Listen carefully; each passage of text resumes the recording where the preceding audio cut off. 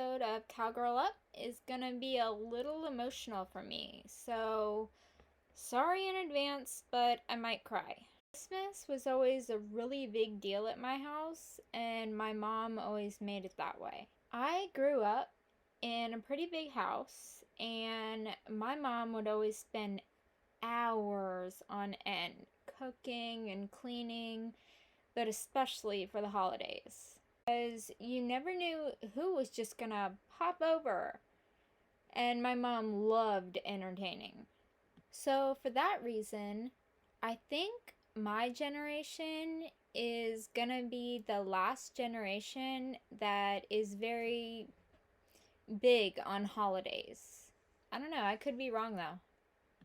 I've just been thinking a lot about my mom lately, and I felt like I should make an episode where I explained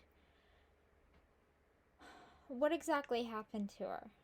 So, she died of a rare disease, and I think it's important to talk about it and let y'all know the symptoms. It's so rare that the doctors didn't even really have a name for it, and there's no treatment for it. At least the kind she had, because there's like two kinds of a shrinking cerebellum. There's a genetic kind, which they said that she had that kind, and then there is also, I guess, some sort of like kind that you acquire, but yeah, they said hers was genetic. Dr. Stephen Cohen, a diplomat of neurology, diagnosed my mom with a degenerative cerebellum.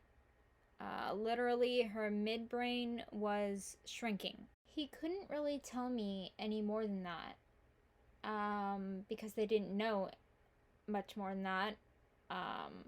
Back in the early 2000s when she was first diagnosed.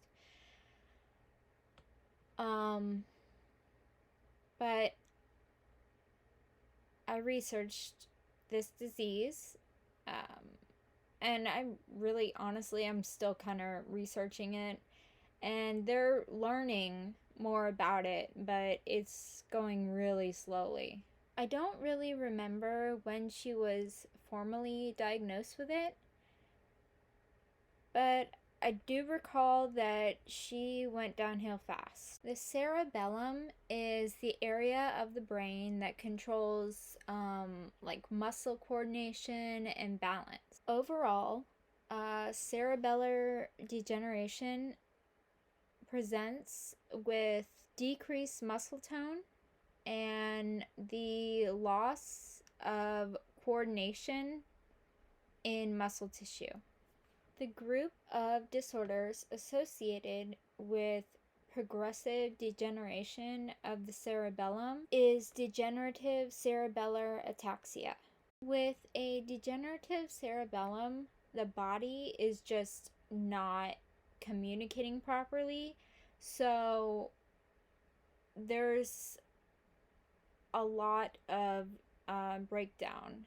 And let me just explain some symptoms right now. Okay, so some symptoms of this disease include a wide-legged walk and pretty unsteady. There's usually tremors in the trunk of the body, like in the torso area, and some jerky movements, usually in the arms and legs. Patients may also exhibit slow or slurred speech, and a nystagmus is also commonly seen. Now, for any of you who don't know what a nystagmus is, it's what cops look for when they're giving you a DUI. It's where, if you look at the pupils of your eyes, it is where they bounce up and down pretty fast, and it makes you extremely dizzy.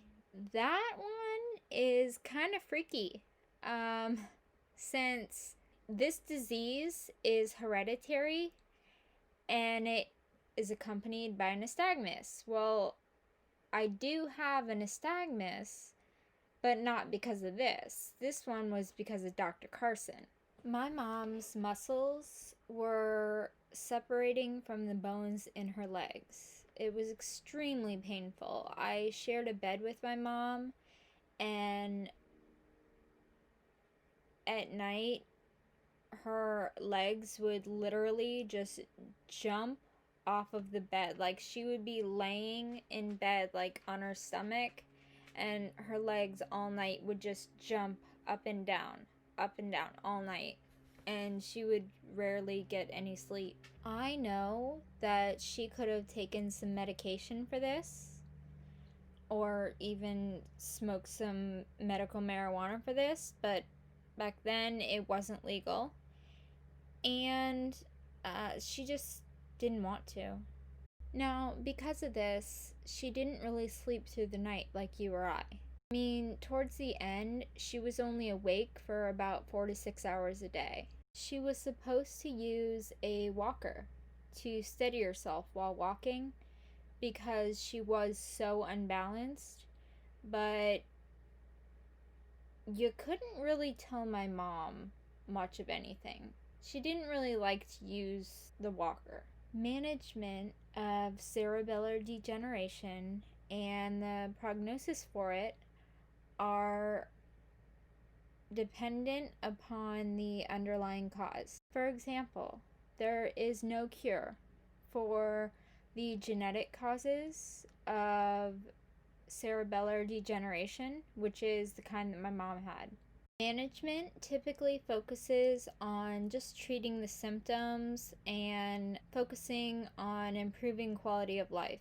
And of course, physical therapists can work with patients to strengthen the muscles, the core muscles used in balance. There are some tests that you can take if you want to know if you have it.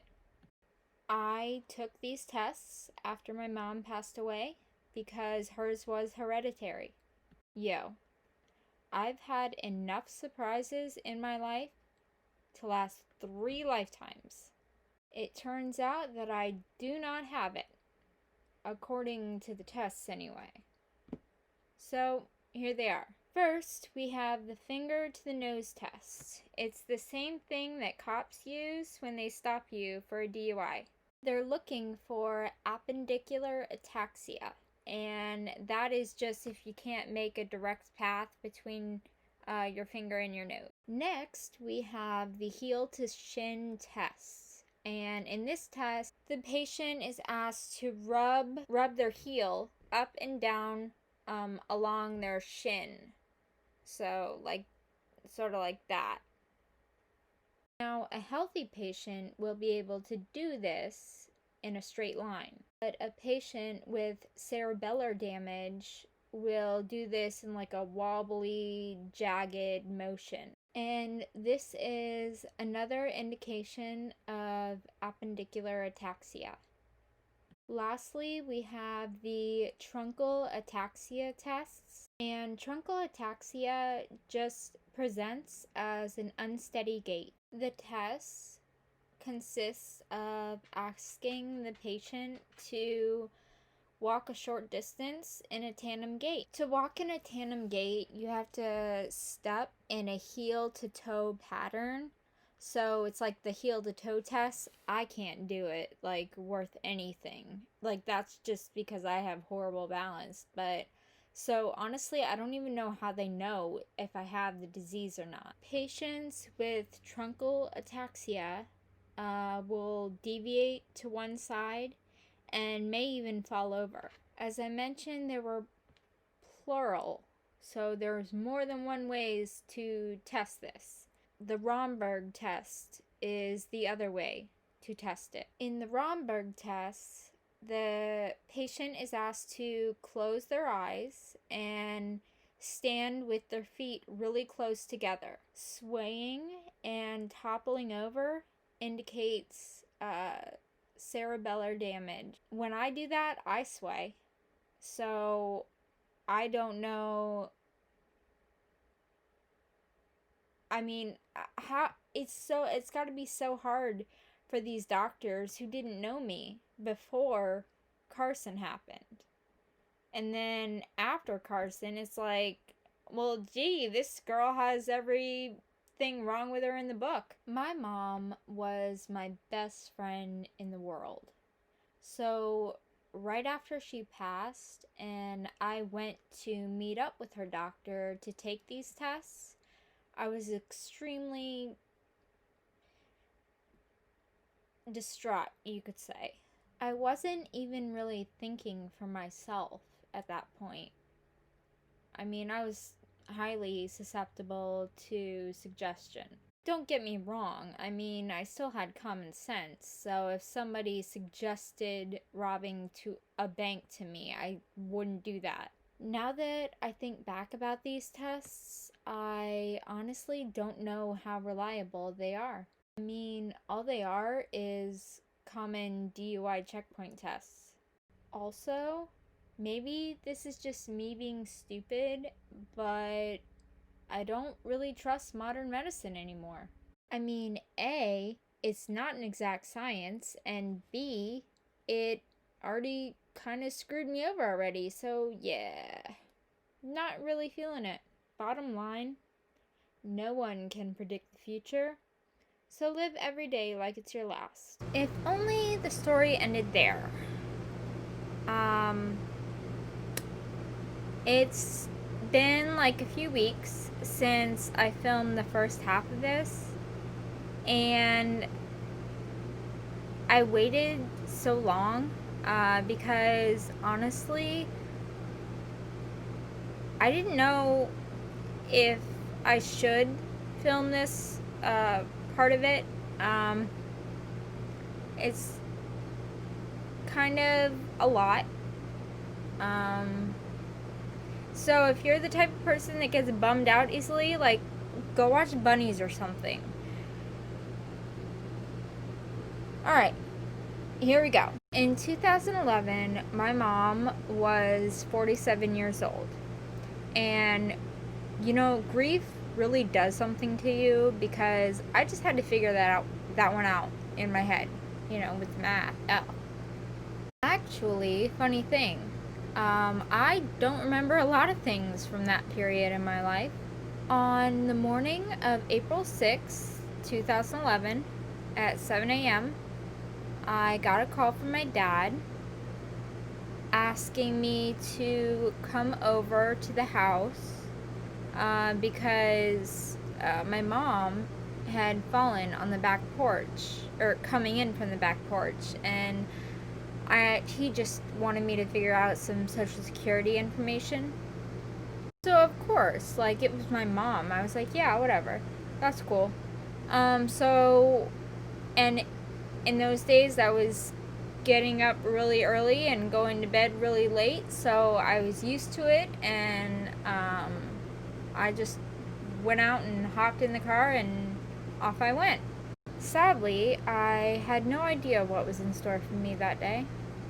So when I walked into my dad's house, when I got there, I walked in and I would turn left down the hallway to go to my room. My dad's house is kind of big, so not really, but kind of. So I walked down that hallway, and like, I'm talking to my mom the entire time I'm walking down the hallway, and then in the room I'm like talking as I'm sitting down, and then I sat down and I called out to her. There was no answer, which was kind of weird because she wasn't really a heavy sleeper, but I mean, I knew that things were changing with her, so I just gave her the benefit of the doubt. And so I reached out to shake her, and I was like, Mom, wake up. And there was still no answer. That's when I started freaking out.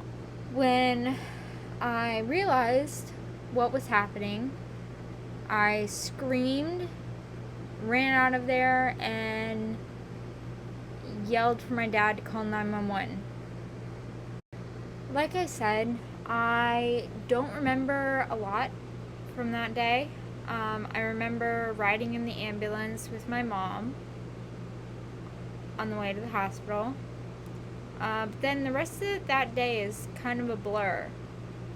And I feel like the human body does that to protect itself. Maybe like my mind subconsciously like just couldn't handle it, so I tried to forget it. I don't know. It's just a theory. I honestly don't even remember driving home that night. I might have slept at the hospital because I was so beside myself with worry. But my sister was also there by that time, so she might have driven me home. I have no idea. This next part is really important because I want to bring awareness to the fact that you do need to watch out for jerky people, especially doctors at the hospital. Now, I've also struggled with this because I feel like I could help a lot of people if I told y'all who it was. But I also don't want to get sued for defamation. So there's that. But anyway, this one doctor that my mom had was an absolutely awful person, and I should have had his license taken. But I was just so distraught with grief that I couldn't focus on anything except for saving my mom's life. It was right after my mom had gotten to the hospital, and I remember walking into this room where my mom, the doctor, and a bunch of nurses were. Apparently, they had just taken it upon themselves to decide that the drain in her head that was draining the excess fluid from her ventricles into her abdomen should be removed. So that's what they did. I saw red when I heard that. I mean, seriously, there are laws against stuff like that. That's like physician-assisted suicide, but not suicide because the person can't even talk. That's like physician murder, okay? That's so awful. And I had to threaten every single person's job, including the nurses, before they would put it back in. Because apparently the nurses, like, listened to that murderous doctor. I hated the person that they made me become that day. Because that's just not me. I remember vividly, I was walking in the hallway with my sister, and I was like bawling, and then we saw this murderous doctor walking down like the big corridor, like toward us. And I don't even know what came over me. I just like lunged at him. And of course, it was actually kind of funny because he acted like a little cockroach and like ran off into the hallway or something. Like there was like a door that he could push, and he had to like, but he ran, man. He was scared of little me. It's pretty funny. Needless to say, I was paranoid the rest of the time that she was in there because I was afraid that some nurse or doctor was just gonna go rogue and kill her one night while I wasn't there. Okay, so the last thing that I'm going to add here is definitely the most important. If you remember nothing else from this episode, please, please just remember this. Please make a will and keep it updated. I know that doing it isn't pleasant, and it's may actually seem kind of morbid, but everyone's gonna die someday. That's just a part of life. Trust me, your kids and anyone else you leave behind will definitely appreciate it. I was my mom's healthcare surrogate because her and my dad divorced when I was 7. Since I am her oldest daughter, I am considered her next of kin. And your next of kin automatically makes all healthcare decisions for you. I guess they thought they'd be married again by the time that any of this even mattered. This is way too important to leave to chance. Please don't think, just do. In all reality, nobody thinks they're gonna die at 47. So there you have it. I know I got kind of deep and emotional on you today, but I really think that awareness of this rare disease is incredibly important, since doctors don't even know what it is, and most normal people have never even heard of it. Remember, life is not about waiting for the storm to pass. It's about learning to dance in the rain. If you found this video helpful, please just let me know. I would love to know if I was able to help someone else. Also, I try to only make videos about really important stuff that affects people deeply. So let me know what my next one should be about. Until next time, this is Cowgirl Up signing off. Bye, guys.